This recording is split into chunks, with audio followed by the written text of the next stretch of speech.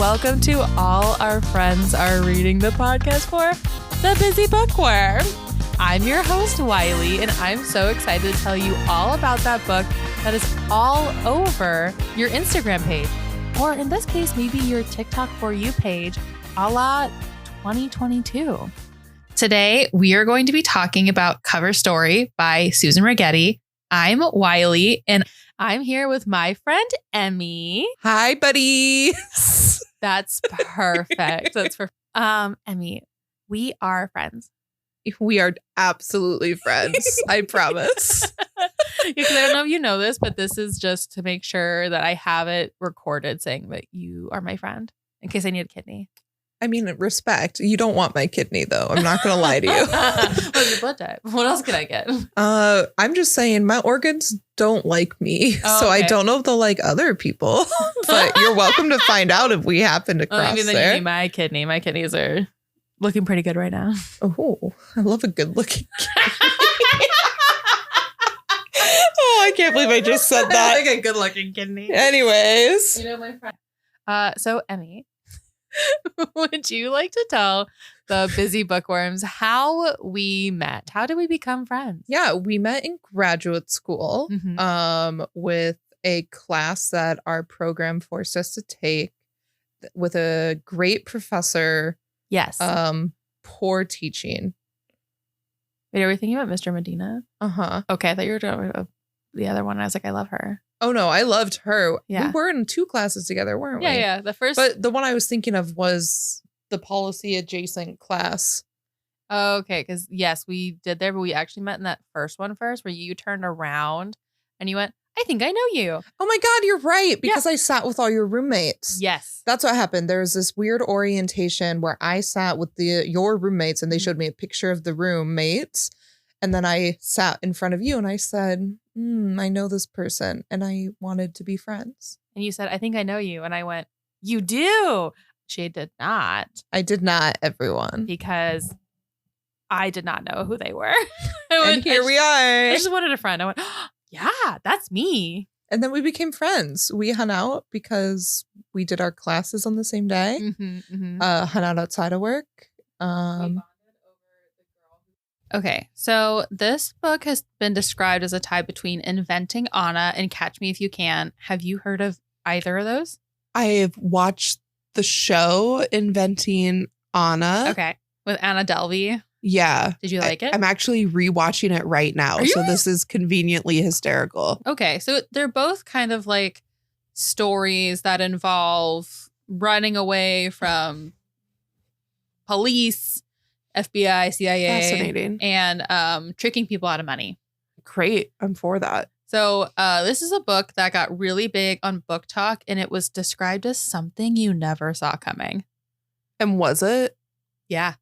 Interesting. Are you good at guessing the ending to things? I love guessing the ending to things. I really do. Okay, so I'm going to give you this premise, and then I'll give you your chance for your first guess at if you can guess the ending. Sure. Okay, so our protagonist is Laura Rick, and she landed a summer internship at Elle magazine between her freshman and sophomore year of college. She is like she wants to get a degree in writing, so I think she's like an English major, which, been there, that was my undergrad. And this is written like an epistolary novel because she's writing in her journal, so there are diary entries, and there are also emails, Instagram posts, chat groups, in between scenes that give us kind of an outside perspective that I will clue you in on as we go through. Okay. So the big thing to know about Laura is that she is flunking out of NYU. Shit, that sucks. And she has not told her parents that she has lost her scholarship. It's the summer. She has no money to pay for colleges or to pay for her courses for the fall. And she has not told her parents. And she lives in an apartment sharing 1 bedroom with like 3 other girls. Oh, a New York apartment. It's basically a dorm situation. Oh, that's awful. It's also probably expensive.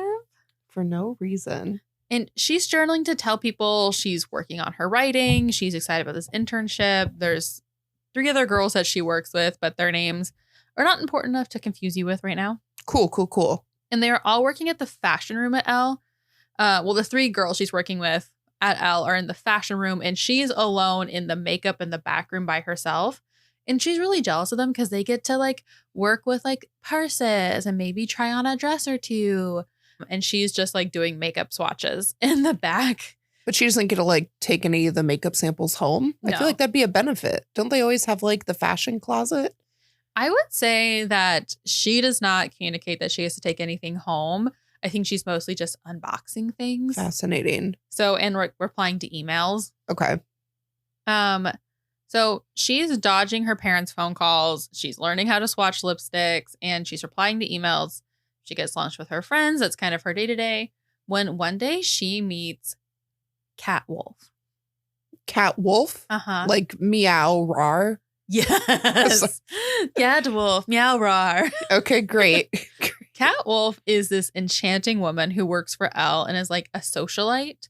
So she is kind of somebody who's on staff to write articles. She's big in the way that I think like Paris Hilton was big when she was a socialite. Like you knew who she was. She didn't really do a whole lot.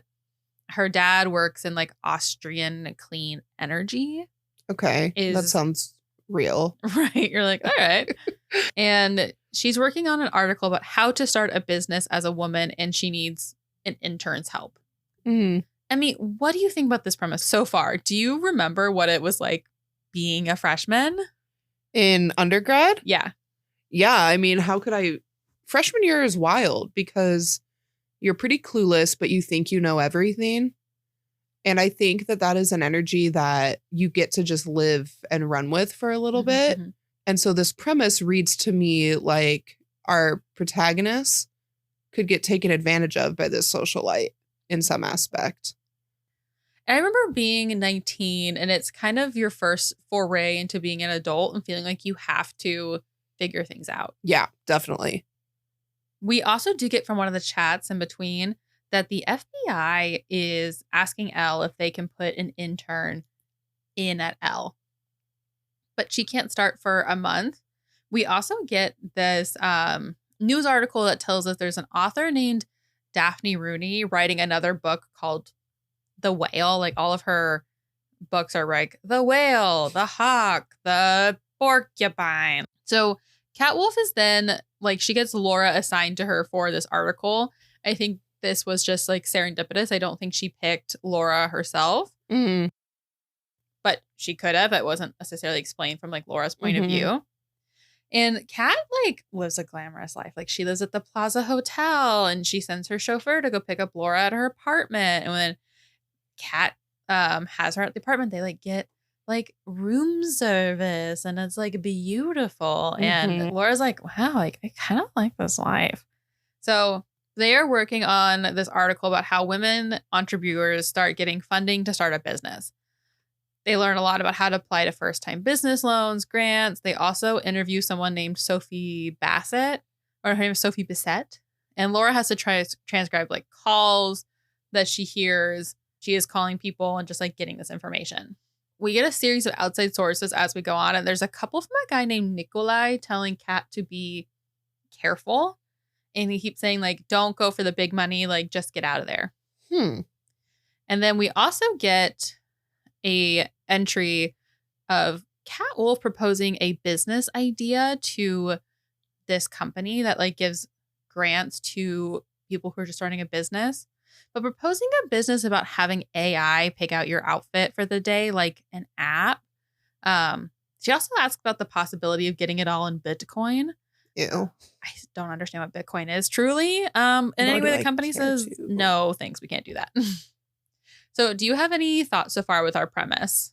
I mean, if you want my totally unhinged thoughts, is that she actually works for the FBI, Cat Wolf, and she's the mole. And everyone telling her to be cautious is because they either know that or don't know that. I think Lauren is that our protagonist's name? There's Laura. Shit, I'm always 1 degree off. So that is my first like unhinged thought. I also think this business thing, there's so many predatory lending companies that take advantage of the like minority owned, women owned, self-starter businesses that I worry that that's what some of this is too. But I think that's just because I have a general distaste for lending companies. That's fair. That's fair. So those are my thoughts. Okay. I like this. You're like, Kat Wolf is the FBI agent. Yeah. Okay. Yeah. I don't think I'm right. That was my unhinged first thought. Oh, I like that. I like that you're like processing, going through it. So we keep going on. Laura has done this kind of preliminary work for Kat, and then Kat is like jetting around, talking to people. She doesn't need Laura right now. So Laura goes back to her regular life where she's dodging phone calls from her parents. But they leave a message on her phone being like, Laura, the school said you haven't registered for classes. What is going on? Oh, boo on the school. Laura's an adult. Don't call their parents. I know. I guess maybe that they were like the lender or the payee. I don't know. Maybe they signed an Parent ROI. plus loans, whatever, all that predatory shit. Right. And Kat and Laura present this story about entrepreneurship and women making it for the magazine. Like they present that to the magazine Elle. And the magazine agrees, like they should keep working on it. And Kat tells Laura, like, don't get too excited about this. They approve a lot of pitched ideas, but a lot gets left on the cutting room floor just because either it's not fitting that issue or it's something that will work in the future or something else takes priority. Maybe a celebrity gets a divorce. They're like, it could get cut for many reasons. So don't get your hopes too up on this. But Laura does. She's like, wow, like, I don't have a lot going on in my life right now, but like having an article in Elle would be really huge. And this like really awesome socialite is paying attention to me. And like maybe there's something I can do here with like those connections. Because she really doesn't have a plan for how to get money for NYU. She's just ignoring it. I would too. I'm not going to lie. That's a big problem I'll deal with when I have to. That's so funny. If I have a problem in my head, I like will think about it till I have a solution. Like I can't put it down. I think unfortunately I have an ego problem. I like very much. You're just like, I believe in myself so much. I very much believe there are not many situations that I either A, won't be able to problem solve or B, won't be able to get myself out of, even if I didn't like the solution, right? Like, I don't know. I think I would also ignore the NYU thing until I decided to just drop out. Or sell my eggs or something. Do you ever like get that sense of like having a lot of pressure on you? Like she got a scholarship to NYU, and if she were to flunk out and come home, like, I don't know, that's like really hard. Oh, sure. I think no one wants to explain failures because like people will see that as a failure instead of a life choice, right? Like if someone now, like if I were to have returned back to my home, there would have been people who would have been like, oh, you dropped out. That sucks. When like that could have just been a calculated decision that I was okay with. Yeah. And I don't need to justify any of my decisions to anyone who's seen it in a negative light. Like decisions are neutral. Like, sure, there can be hardship and there can be like sad or happy feelings to them. But like when you make a decision, it's not like a volatile act all the time. I really feel like you're speaking to my soul right now where I'm like, decisions are neutral. They're not personal. Sometimes they are. I mean, I live for a petty decision, but like that's far and in between. So we get another email from the FBI and they are putting a intern on the team as one of the writing interns. Question. Yes. When we get an intern, who is the we that receives this message from the FBI? Oh, Elle. Like Elle magazine? Yeah, I guess I say we. Like we are reading this. But it's not readers. like Laura or Kat getting this email. No. We receive it as the readers, but it's being sent. There's an email being sent to like Elle CEO. Beautiful. Or some bullshit. Thank you. I think I needed that. No, that's helpful because I need to know when to clarify things. And they have an intern who's starting on the team, and her name is Aisha, like Aisha. So I think it's Aisha or Aisha. Okay. She's not super involved in the story, but I'm just letting you know that that is her name. But she's the FBI mole? She's the FBI mole, and she gets put on the writing team. Fascinating. Which is something that Laura really wants. And she's like, I really wish I had her position where I'd be doing writing and not just swatching makeup all day. And so she's actually starts transcribing some things for Kat, and Laura's like really mad because she's like, this was my opportunity. Kat's taking interest in another intern. Am I really special? I don't know. Like, if I'm feeling everything, the one thing I want is like Kat Wolf's attention. Well, if Kat Wolf is also FBI, it makes sense that the two FBI agents Like want to work together. Or Kat Wolf could be the mark. Or the plot twist is that Laura is the mark and the FBI is looking into Laura. Laura is the one the FBI are looking into. There's a lot of options here. Right? So the summer internship at L is like coming to an end. And it's not like a June through August thing. I think it was like a May through July thing. Oh, yeah. Those short-term internships. Yeah. Not a long time. And her intern friends have fun plans of what they're going to do. And not a lot of them need to rely on money because they have money from like their parents. And Laura's like, not same. And she's stressed and she doesn't know what to do. And she's getting voicemails from her mom. And she's like sobbing in the makeup closet. And she just had this really embarrassing thing where she was in a meeting and they said, Laura, what are your thoughts on this? And she was like, oh, they mean me. They did not mean our Laura. They meant a different Laura. Ooh. So she's embarrassed, crying in the makeup closet. That's a classic intern mistake, though. Yeah. Like every CEO in that room was like, oh, cute little intern. Because it's, it's still a magazine. She has a common name. Laura is like, yeah, it's an easy mistake. It's not Wiley. I'm sure it felt shattering to her, but I hear that and I'm just like, oh, that's fine. What a small garden. You have to be embarrassed like that at some point so that later you're like, it's not a big deal. It's okay. Exactly. So Kat sees her and it's like talking to her and she's like, what is like, are you okay? What's going on? And Laura just like tells her everything. It comes out of her. She needs someone to confess into that's not her journal. And Kat is like, I get you. If I do anything wrong, like my dad cuts me off in a second. And Laura's like, same. That's exactly what happens to me, Kat. Kat tells Laura, like, you know what? I could like actually use your help with something. You said you're a writer. It's always been my dream to be a writer. Like that's something I've always wanted to do. Mm-hmm. But like I'm not the best at writing. Maybe you could help me to like write a book. And Laura's like, oh, okay. And her goal is to get people interested in her writing and then sell it to like a bookseller. So together they're going to do a bunch of writing together, see which one is like the story, and then try to sell it to a book publisher like Penguin or whatever other book places there are. And Laura has like shared some of her work with Kat before. Like that was like as they were bonding a little bit. Like Laura was reading Kat's work and was like, yeah, Kat, you're like not a great writer.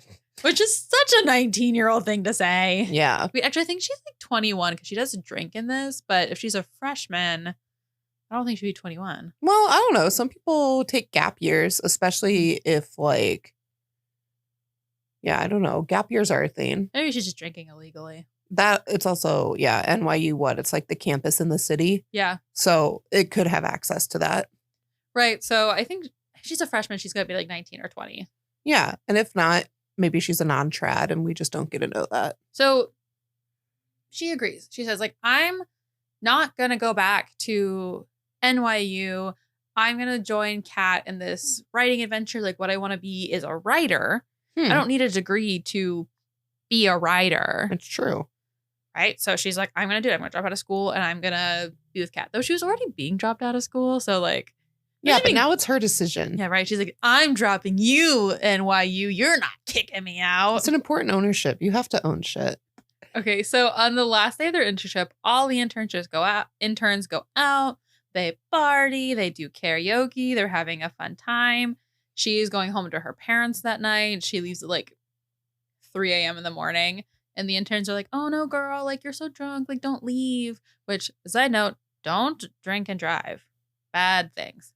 Also, in like the year is 2024, Uber, Lyft, rideshare, taxis. Oh, the other thing is that Laura her parents live in Pennsylvania. Oh, okay. It's a little far. Yeah, but like she didn't live in Pennsylvania. No, so she was going home to her parents. After a night of drinking? She was going to go home and tell him about Kat. She wouldn't tell him in person. Oh, but she went and got drunk. Why couldn't she just go back to her apartment and then go back to Pennsylvania? That's great. Anyways, that's not important. That's just me being too rational. I know. It's like, that's not what a 19-year-old should. They'd be like, I'm going to drink and then do this drive. Silly thing, yeah. And Laura promises, like, I'll text you when we get home to Pennsylvania. Like, do not worry, girls. I'm good. And then we get a little bit of a time jump and 2 more third-person documents come up. One is from Laura's parents emailing NYU officially withdrawing her for the fall semester. They were like, we hope something changes. We don't think it's going to. And then we get another series of notes from the Plaza Hotel to Miss Wolf. Please know that your balance is $32,000 and your credit card has been declined. Please provide a new one ASAP. Oh, does Kat not have any money? Catwolf to the plaza goes, haha, so sorry, my card has been stolen. The bank is sending me a new one. We'll get it to you ASAP. XOXO Cat. Sounds like Kat does not have money, but like I'm not against a hustle that takes away from big corporations. Do you remember in Inventing Anna, where if you haven't watched this, I'm sorry, but spoilers, she was like constantly swindling hotels out of money? Yes. I feel like that's kind of what Catwolf is doing. Sure, definitely. And I also think like, right, like, yes, pay people for their labor and for their services, but like in a capitalistic system, if you're scamming money from like rich folk or like corporations, I don't really care. It's not like you're stealing from people who are trying to make ends meet. Like, yeah, it's like you don't steal from a mom and pop shop, but if you were to steal from Walmart, I wouldn't report you. Yeah, like a massive hotel. Mm-hmm. I'm not worried about Kat yet, but it is kind of reading like the stories trying to say like Kat doesn't have money and the FBI is looking into Kat because Kat's scamming off these high-end people. And I just think that's too predictable for a story. Okay. Anyways. So if you think the ending is something that has shocked a lot of readers. Well, that's why I think Kat's the FBI agent. Ah, got it. Because that would be shocking. They're like, building the opposite. Okay. Interesting. But I don't think I'm right. I know I actually could confidently say that I am wrong right now. You're just like, what could be the opposite? If it's leading me this way, what's the opposite? Exactly. I'm deductive here. I love that. No, that's great. So she goes to bat with her parents. This is the next journal entry. And she's like, I'm dropping out of school. I have the writing opportunity. And her parents are like, what the hell? Come home. Go to local school. We don't care if you go to NYU. Catwolf is obviously scamming you. And she's like, you don't know what it's like to be a writer. Like, Catwolf believes in me. This is my opportunity. Catwolf could be scamming her. Or just like taking her work and putting her name on it, right? Like, well, also Laura's gonna be a ghostwriter for Kat. Like, essentially, it's like those like when up and coming artists get like art internships under famous designers, and then like the designers just put their name on their apprentice's work, right? That could be what Kat's doing, right? Or it's like all those challenges where it's like designer new Pringles can challenge, and they don't actually pay you, right? They just use your material, you know, exploitation. So she goes back to New York City. Mm-hmm. She is living in her apartment where the other girls have already moved out. And she's behind on rent. And she's like about to get kicked out. And she's like, it's okay. Kat's going to pay me soon. You're shaking your head no. I am. Kat's definitely not going to pay her. That's where this is building. I know. Laura did not secure that she was going to get paid. So always secure that you're getting money and how. Oh, in writing. Yes. And she goes to Kat's every day and they're working on things. And she's getting room service and she hasn't gotten paid yet. And eventually she does ask Kat, like, it's like Thursday, it's been a week together. And she's like, hey, Kat, like, is there any like stuff I need to fill out to make sure I can get paid? Kat looks at her and is like, honey, like, I never said this would be a paid position. We haven't gotten a book deal yet. Like, how would I pay you? And Laura rational, actually. Right. Like, that is rational for Kat to be like, you will get paid once there is something to come. But Laura didn't ask that. Laura didn't know. She starts crying. She's 19. And she's like, Kat, I dropped out of school. I have no money. I have been eating peanut butter for the last like week for my dinner. And Kat's like, you've been eating peanut butter for a week. And Laura's like, that's not the point, Kat. Like, I'm getting kicked out of my apartment. And also, peanut butter on a spoon's a good snack. I do it all the time. Not a dinner, but it's a good snack. Right. Like, Laura. Judgy. Maybe she's eating a lot of peanut butter. Feel bad for her, but it's not a bad snack. So, and Kat's like, okay, well, you know what? I have a solution here. You can move in with me at the plaza, but I can't pay you. You can just stay here with me. I have like an extra bedroom in this hotel suite. I don't really understand how fancy hotel suites work, but sure. And like, you get room service, but the hotel can't know that you're here. Oh, man. You want to know what my gut instinct is about this, though, is like, Kat is totally going to frame Laura as like the financial exploitive person, right? So like Kat is smart enough to recognize that the FBI has a mole. Mm-hmm. And then Kat is totally going to frame Laura as the person who's been like living here, blah, blah, blah. And then at the end of this book, Laura gets arrested because Laura is the one who is scamming everyone, even though Laura is just being taken advantage of. That could be a very angry plot twist. Maybe. It could be a plot twist. And so at first, Laura is like, this is cool. I get free food, free, like, good food. and I write all day. And I hang out with Laura, and I get this beautiful view of like the park. It's great. She's kind of lonely because she can't leave too often. Like she has to leave to make sure that the hotel doesn't super know that she's there. And she's like, I am lonely, but I get to drink coffee on this beautiful balcony. I can't leave, but I don't have to worry about rent, and I get to write all day. Syndrome-y. I think she's going a little crazy because she's like not really talking to her parents. She's not really talking to her friends. No, it's like manipulation 101, right? Right. Like She's- isolate someone and remove them from their sources. I would say that Laura does not have good cover stories. She could have just said that she was her assistant, and like Cat Wolf could have just told the hotel, my assistant will be here, come and go. Oh yeah, that would have And been like, so easy. yeah, Cat Wolf makes enough money that the hotel totally would have believed Mm-hmm. that she had an assistant. I think that's where like Laura being so young then depends on Cat. Doesn't have the developed lying or manipulation skills. Like a lot of adults have cared for her so far that she's like, okay, cool. Like Cat Yeah. Wolf obviously knows what she's doing. yeah, And too then- trusting. Cat Wolf like also always has like $100 bills that she's giving to people. Like she's like tips people Mhm. all the time. People love her. Like the waitstaff's not Mhm. asking a lot of questions. So Laura's like, oh, she has it together. Yeah. So Kat is like in and out a lot. Like Laura sees her infrequently. Whenever she has written something, she gives it to Kat, and Kat gives her notes. They go back and forth, but they haven't found like the story yet. And that's kind of Laura's day to day is like her Mhm. writing, give it to Kat. Kat will give notes back and forth. Has beautiful coffee on the balcony. Not too bad. She does get out every now and then to like go walk around the park, but it's maybe once a day she gets to like go to the park. Right. So then there's a note from a manager from the Plaza Hotel that's like, sorry, we missed you. Please put your credit card down with us. It's like $42,000 now. And Kat being like, oh, I'm going to get to you soon. I missed you at the front desk. Sorry. And then there's a group chat with the other interns, and they're like, has anyone heard from Laura recently? Like, she's not in classes. Oh, because she quit. Mm-hmm. Yeah. She didn't tell any of them.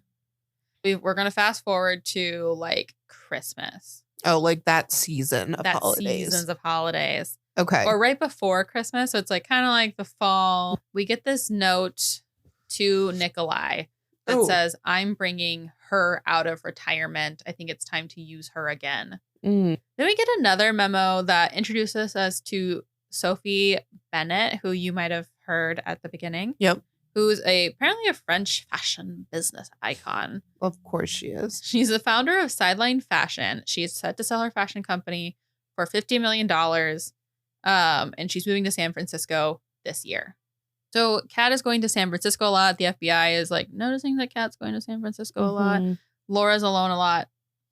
Sophie Bissett is like one of maybe Cat Wolf's aliases.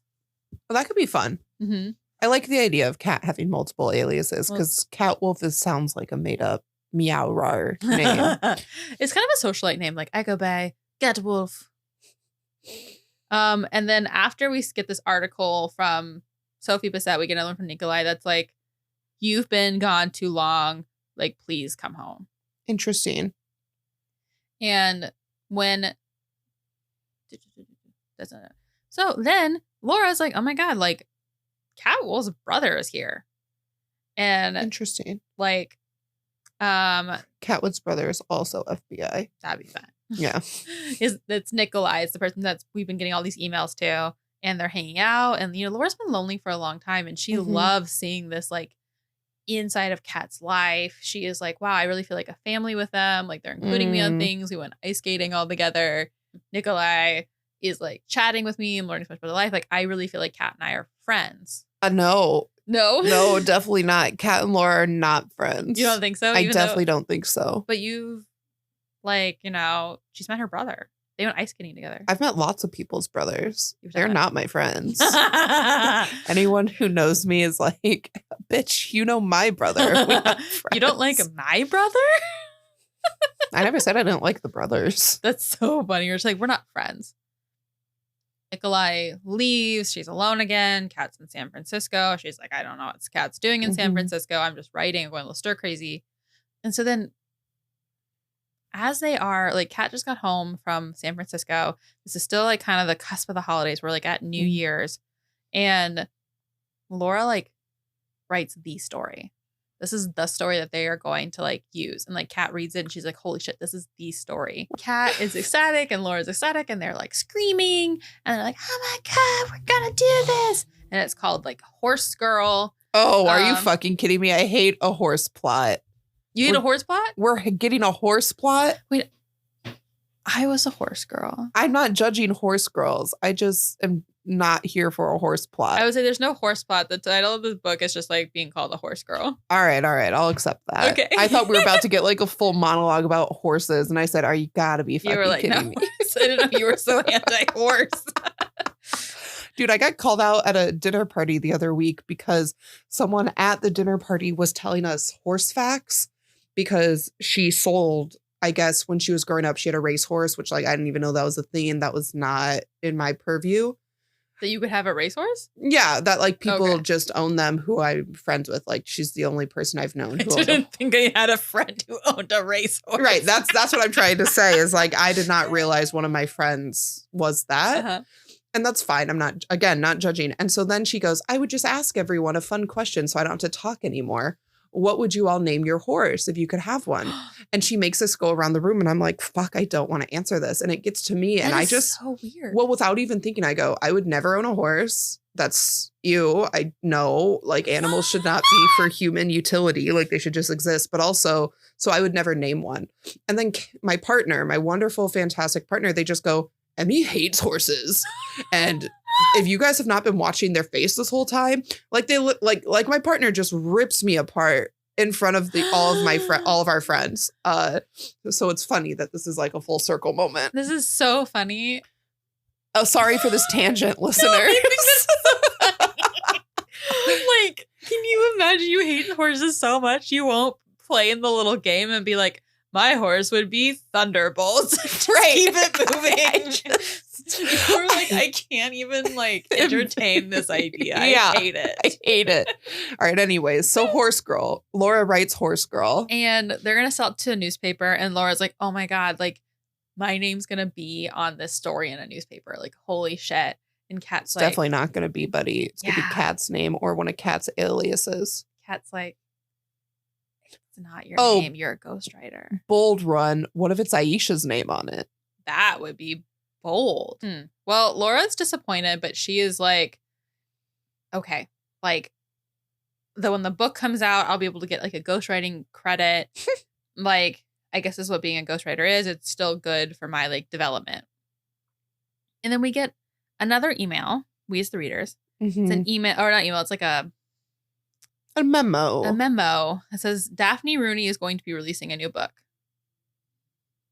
And we're like, oh, that's so interesting that this person from the beginning is coming back now. Who's Daphne Rooney? Who writes these books called The Whale and The Hawk? Oh, That's and so the Horse interesting. Girl. The horse. And maybe the Horse Girl. That's not in the memo, but it could be. Okay, Loki, what if Aisha's not FBI and she works for Daphne Rooney and is just stealing writing? Wouldn't that be a fun plot twist? What? You are a maid and you go in and steal authors' books. Yeah, that Honestly, could be fun. I like that plot. Someone write that. I'll read it. Yeah, anyways, continue. And so now at this point, Laura is really starting to go stir crazy. She has no more writing things to work on. She wrote an Mhm. article for the paper. Everyone on Twitter is like, oh my God, Horse Girl's so good. By Daphne Rooney, Horse Girl by Daphne Rooney. No, it says by Cat Wolf. Oh, okay. And she's like wandering out of the house. She wants to yell that Horse Girl. Kat's not there. She's bored. And she like finds this closet full of wigs. That's kind of weird. And so she starts trying on wigs. And then she's like, wow, like it's so interesting how Cat Wolf like could be like anybody. Like I kind of look like Cat Wolf with this wig on. It's just like, it's like your personality is how it shines. She's Oh my like, God, maybe- does Laura become Catwolf? That's a fun little segue. That would be if Laura interesting. starts deceiving people by like They're pretending like, to oh, be Cat. I'm Cat Wolf. And then she like goes into Kat's room and she's like going through her stuff, which like, do you think that's a good idea to go through someone's stuff? Do I think it's a good idea? No. Am I judging it? Also, no. I think if I like, I'm actually surprised that Laura waited this long. I would have been Yeah. looking through this day one that Kat was gone into oh, San Francisco. absolutely. Or like find something fun and silly. Yeah. I don't know. Like, who knows what a rich person hides? Yeah. I'd like, maybe I wouldn't steal anything, but I'd be like, I'm definitely looking through all your shit. I might steal something. Oh, I'm yeah, not something putting small. it past me. Yeah, I mean, I don't know if I would not steal something either, but I would think I would wait till I could steal something and leave. Yeah, sure. What's the point of stealing something if it's in a shoebox in your guest room? Yeah. Steal and then get out. We really give good advice on this podcast. But in Kat's room, she finds all these like different IDs and she's like, that's suspicious. But she doesn't probe any further because she realizes her name is like tied up in Kat's. Like she's like, Kat's my friend. I'm not going to look at all these names that are on these IDs. Like, it's not my business. So Kat gets home and she's telling about this book deal for Horse Girl and Other One-Trick Ponies. I kind of like the name, actually. Jesus Christ. And things return to normal. There's a lot of times where, like, Laura's kind of living in this weird state because, like, she's going to have to help write a book, right? Like, she's not really sure what the book's going to be about, but she's, like, drafting ideas. That's her day to day.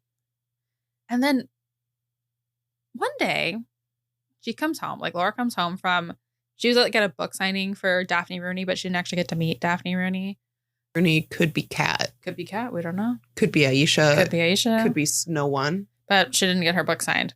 And so she comes home and that's for like a few hours. She comes home after like, I don't know. She's like, I'm still going to spend some time outside. Like I'm looking at other bookstores, just buy some books. Yeah. Breathe. And she comes home and Kat's reading her journal. And Kat is like, why the fuck have you been keeping a journal about me, Laura? And Laura's like, why are you going through my stuff? And Kat's like, you're one to talk. I know that you went through my stuff. It says right here in your fucking journal. And also I have a camera in my room. I know you've been through my stuff. Why are you going through my stuff? Why are you keeping this journal about me? Who the fuck do you think you are? And then Laura starts crying. She's like, oh my God, you're right. Like, I'm so sorry. Like, I shouldn't have gone through your stuff. But like, I wasn't trying to like snitch on you or anything in my journal. I just like, I keep a journal. And Kat's like, this is a huge invasion of privacy. Like, how fucking dare you? And she's like, get out, get out, get out. I don't trust you. You can't stay here anymore. And she like throws Laura's journal out the window. So, Emmy, you are Laura in this situation. What do you think happened? Why do you think Kat's going crazy? Oh, I mean, either Kat lost funding of some sort. Kat is probably responding because Kat, like someone tipped off Kat. Like someone said, hey, FBI is closing in on you. Check your ranks. Or I think Kat's about to jump ship and change identities, right? Like, I mean, that just makes sense. I also think she's trying to like clear out the apartment because clear out and move on. Because or the hotel is like, yo, you gotta get the fuck out of here. Like there's so many risks here. I think also I believe that Kat has a camera in her room and probably reviewed the camera and saw her and just doesn't trust Laura anymore. Like that's a believable thing. Right.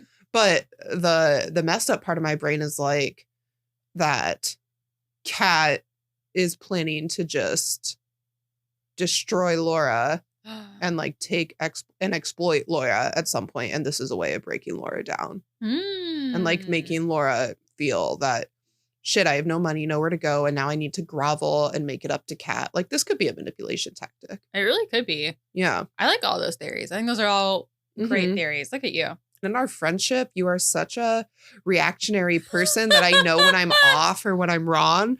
And you have not really given me any indication of any of my random thoughts, which is really nice in the aspect of talking about a book I've never read with you, because I'm a little frustrated that you haven't given me anything. Me just being like, I have a script to go back to. You got a good poker face right now. Oh my God. So Laura leaves. She does find a small apartment that she like can afford, but she's on a month-to-month rent basis. Like she just needs. She had first and last, even though she wasn't getting paid. This is unpractical, dude. I got no clue. It's a different world. It's a story world. Sorry. No, I also was like looking through the book trying to find that information too, and I just don't know. And she's texting Kat, but Kat won't reply to her anymore. And at the end of the week, she's like, no, this is crazy. Like, why would Kat freak out like this? Like, I really think something else is going on. I'm going to go like check on Kat and like get an answer. Like, why would she freak out about my diary? Also noted, Laura went and picked up her diary after it fell outside. Like she found it on the street.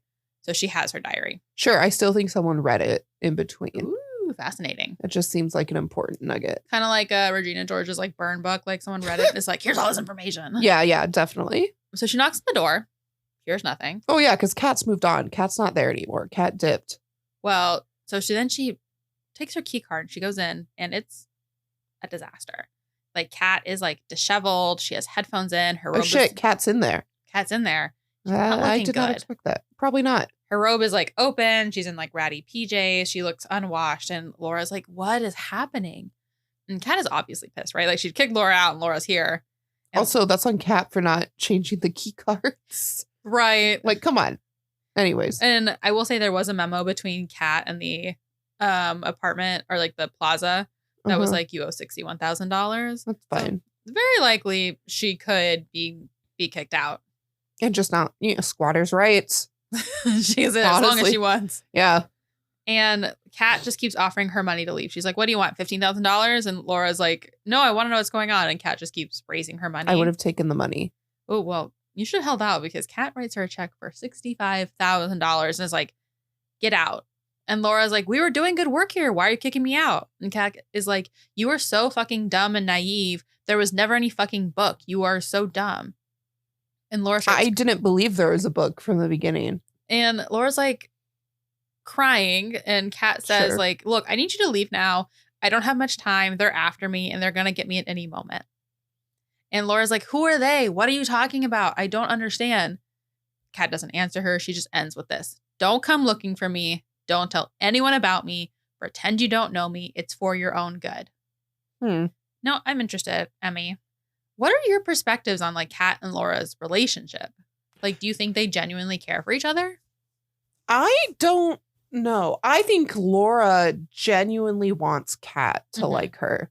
Genuinely wants professional respect. Not necessarily like as a friend. Yeah. But like, I think Laura craves like mentorship, is craving industry mentorship, is craving opportunity, right? Like Laura sees someone who is living out of this nice hotel in New York, not struggling, She wants that. Looks cushy. Who doesn't want that, right?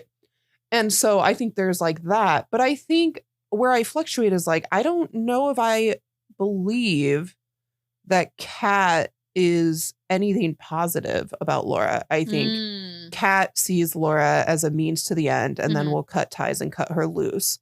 I could maybe believe like a redemption arc of like Kat trying to protect Laura from the FBI. I just don't think Kat has that type of empathy yet.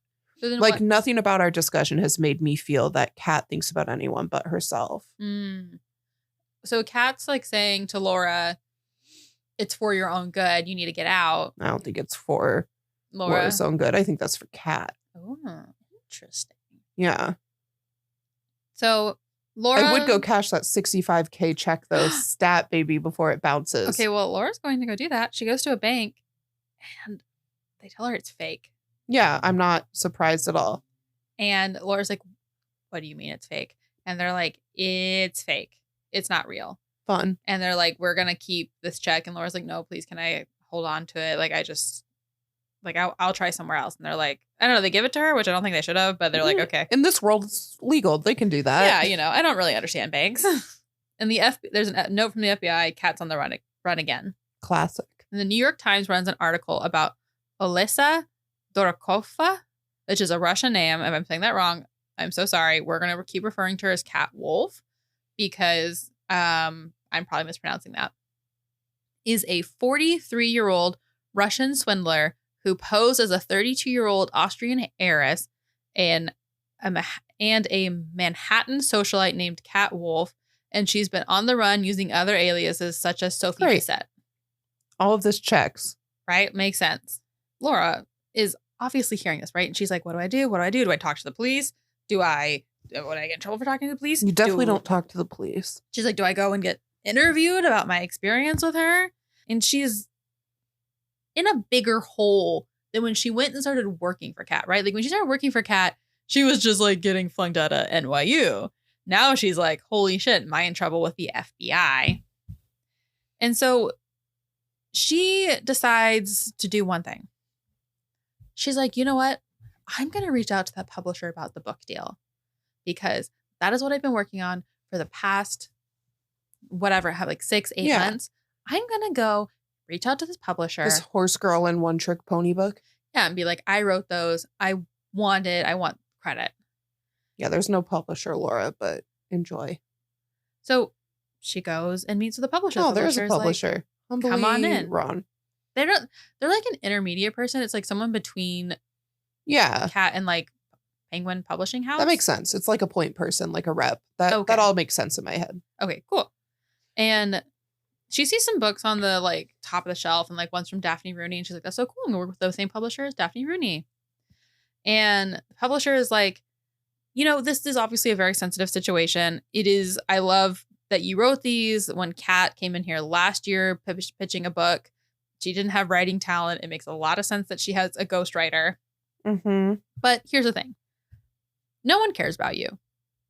Everyone wants to talk about Cat Wolf. Like, she was marketable, which is why we kind of like entertained her publishing a book. Mm-hmm. So we will publish the short stories you wrote with her if you also write us a memoir about your time living with her. And Laura's like, oh, that's kind of a pretty sweet deal. Yeah, I mean, sure. Like 2 books. Yeah. Like one's kind of an entryway of like, okay, I'll talk about. It's fine, but that's how you get framed. You want to write a list and then Kat's going to totally rip you apart and say it was all you and you're a liar. Rich said, like, you said. Mm-hmm. So I think that's what Laura's struggling with. She's like, yeah, do I betray Kat and do all this? But then I'm also a writer, which is why I dropped out of school for. And she takes the deal. Yeah, I'm not shocked that she took the deal. So she gets a call from an unknown number and it's Kat on the line. She sounds tired. She's dropped the Austrian accent and she asks Laura to do something for her. And Laura's like, fuck you, and hangs up the phone. That's the right move. Then she finally calls her parents. Kids, please remember, you can call your parents. I understand that's not the truth for everybody, but more often than not, I would say if you feel like you're in trouble, call your parents. Or like there's community, right? Yeah. Like tell someone you're in trouble. Like, right. The worst thing you can do is stay by yourself when you're in trouble. Exactly. I think there's a piece of community and like when you are being manipulated, taken advantage of, any of that, they're trying to make you feel like that you cannot talk to anyone. It's hard to overcome it. We should leave this message at that. Yes. Yeah. And they're like, okay, we're going to bring you home at the end of the week from your apartment. Laura's dying before the end of the week. You think so? No, I don't. Okay, I mean, I like, could think that, but. So she's relieved. She's like, okay, I just have to make it a couple more days. My dad's going to bring me home. It's great. Then the FBI finally show up. Yeah. They like had put 2 and 2 together. Like they saw that she met with this publisher, the check that was like fake. She was an intern at Elle. They're like, this is someone who has a connection to Kat. And they knew that Kat was working with an assistant. They just didn't know who. And they say if she doesn't tell them everything she knows, and like if she doesn't tell them everything she knows, and she needs to testify to the court, she doesn't do those 2 things, she'll be sent to jail. That's just stupid police intimidation tactics. Right. And she's like got a lot more stress in 1 year than a lot of people I know. So she is like freaking out. She is like, oh my God, the FBI. And she like emails Kat being like, please turn yourself in. Oh my God, I don't want to testify against you. And Kat emails her back and it's like, Laura, you've literally done nothing wrong. Don't talk to them. And Laura forwards this email to the FBI. And the FBI is like, girlfriend, please don't contact her without telling us. Like, also, fuck you, Laura. I can't believe you're working with the cops. Like, I understand you're scared, but like, I don't know. I'm not trusting of anyone in law enforcement. One of the things on Laura's side is that she's already agreed to write this tell-all. So she's like, well, they're going to know anyway about this. I might as well like work with them and tell them stuff so I don't actually go to jail. Because like if she comes out saying I'm not going to work with you and then writes a tell-all, I don't know if that would look good on her either. Right. So then Laura writes an essay saying she wrote Horse Girl. So this is like when they release a little blurb about a book to be able to read to get interested in. And it gets published in the New York Times. I wrote Horse Girl. It's basically saying that Kat scammed her too. Now we get a little insert from her friends that are like, oh my God, I thought she had totally gotten into like a car crash. Like this is where she's been for the last year. Like, oh my God, I can't believe like I knew Laura and I'm so close to this like scandal with Kat. Sure. Everyone becomes Laura's best friend all of a sudden. Totally. So in the same week her parents are supposed to get her from the New York apartment, she's cleaning and then Kat shows up. But she's using her Russian name and she begged for Laura to let her into the apartment. Emmy, what would you do? I mean, Laura's definitely letting her in. Yeah, she does. Yeah, I mean, come on. Laura is playing out as like a very stereotypical protagonist. Well, Laura lets her in and Kat tells her everything about growing up. Her mom was depressed. It's probably a lie and manipulative. This is still manipulation. How her dad attempted to be the next Russian novelist, but after her mom committed suicide, her dad turned to alcohol. She felt like she had to take care of her brother who was younger than her. So because she was 14, she had to start making IDs, pretending to be older so she could make money. And she was like, people really don't look that closely at this. And she found it easier to use the names of people who like were either like in comas or psychiatric care or like hospitalized, because then there wouldn't be like a death certificate. That came Sure. up. All of that makes sense. This is all still manipulation. And apparently she went from like Russia to France to New York. And she was like, New York was my time to like start over, to create a good life for me. But it's hard to stop running when everything you are is based on a lie. Yeah. Yeah. That's like. Makes sense. And Laura is like, you've been lying to me this whole time. And Kat's like, I've been lying to everyone. And I was trying to protect you. And Laura's like, lying to me is protecting me? You used me. And Kat's like, no, we were friends. I cared about you. You're definitely not friends. I see myself in you. You were desperate, without parents, alone, trying to find a way out of everything. I wanted to protect you. Do you buy that? No. No. Anyone who says they want to protect you does not want to protect you. And Laura lets Kat stay the night. She's like, I let you stay the night and then you need to get out. What a dumb decision. I know, right? And she's like, if the police find you here, I'm going to be in trouble for abating somebody who's is like Kat on going the to take run. Laura's identity next? That'd be a fun little plot twist. We're actually almost at the end of the book. Yeah. So there's very little left for plot twist. So in the morning, Laura writes a note on the dresser that says, run, love Laura. And she goes outside. She locks the door. She calls the police. And then she presses the buzzer 3 times to her apartment. So she like does what she's supposed to, but also lets her get away. You're laughing. Why are you laughing? This is so silly. I just think that's a really like, I am going to call the police because I've already decided to sell you out.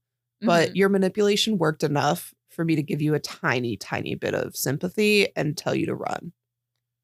You're like, I care about you, but I'm saving my own skin. Right.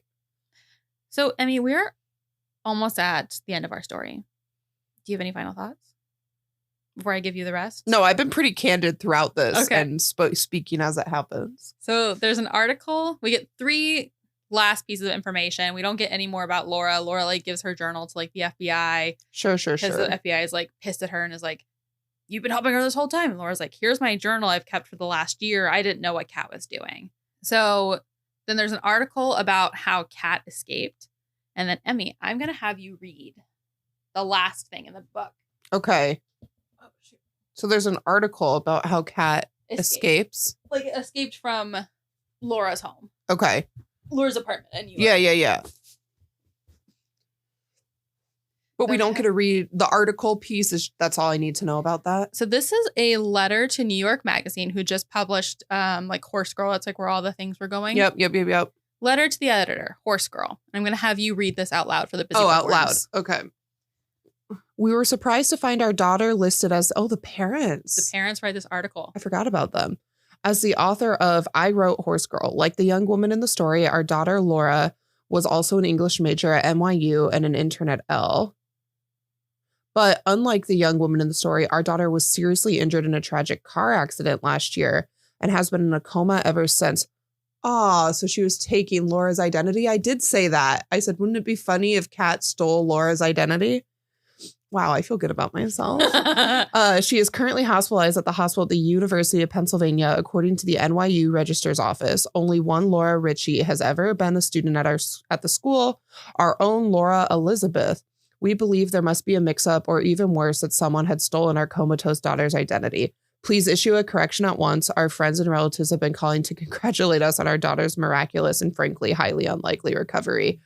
I feel so satisfied that I did kind of recognize that Kat was stealing Laura's identity. Yeah. But then that means that the whole journal was written by Kat. Yeah. And it wasn't actually two different people. No, it was Kat the whole time writing this. Yeah, that's the part I didn't get.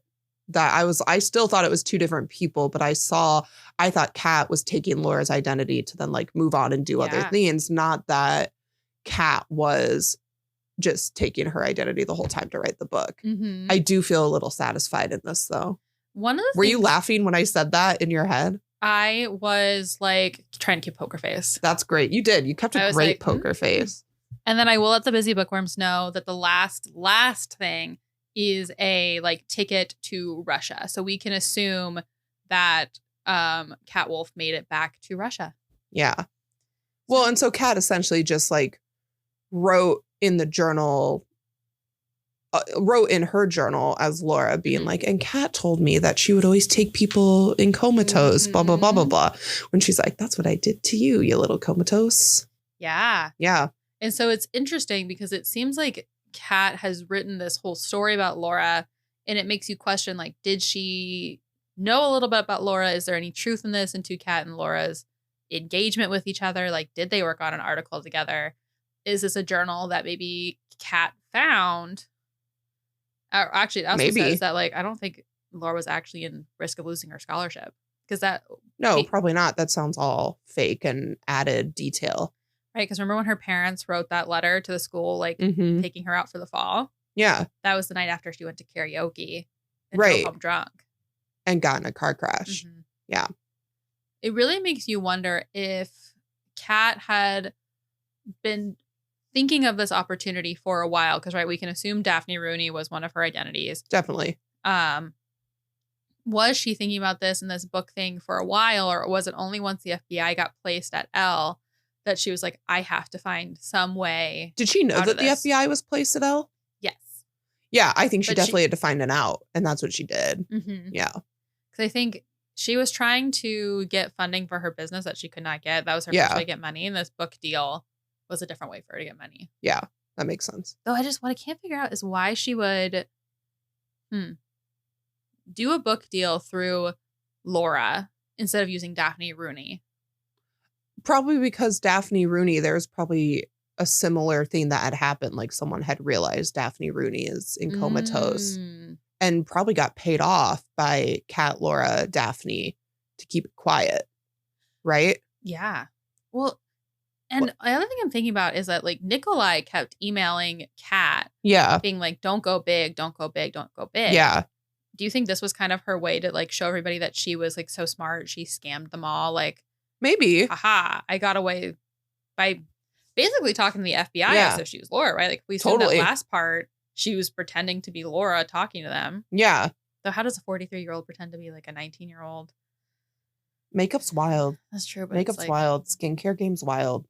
I would say this book, but do you think this book was worth reading, or do you like happy you read it, listened to it on a podcast? I'm happy to have listened to it, but that is because, listeners, I'm not enjoying of reading. I didn't even ask you at the beginning about your book habits. I always ask people about their book habits. That's fine. It could be a little end note for them. And then maybe this podcast is also for people who are like, I'm interested in what everyone's keeping up with, but I don't actually want to read that book. Just kind of like how I watched YouTube recaps on Game of Thrones because I was like, I'm not going to watch that. Right. And I will say, like, talking to someone through an entire book like this, I loved. Yeah. I love doing stuff like that. I would sit with any friend to be like, hey, I just want to talk this whole storyline to you. Mm-hmm. I'm all, because look how I reacted. I'll be that live reaction for you, right? I don't want to be the person to initiate. I would say if you have a person in your life who loves mystery books and loves a good twist, this is a great book to buy them because it's right in that field. Yeah. It's a mystery. It's a little bit of a cozy mystery because there's not like death or Can gore. I take a picture of the cover? I'm actually going to send it to my mom. This is like, again, I think it's really for people who like mystery. Like my sister-in-law recommended it to me. Yeah. And so if you're looking for a good gift, I would say this is a good one. But Emmy, thank you so much for coming onto my podcast. All my friends are reading. And hopefully I'll have you on again in the future. Or maybe another mystery book. Ooh, anytime. And I just want to say bye, buddies. Bye, buddies. Thank you for listening to this episode. If you'd like to keep the conversation going, you can head over to our TikTok and Instagram at All My Friends Are Reading. Please share this episode with your friends. Leave us 5 stars on whatever platform you're listening to. And until next time, stay busy, bookworms.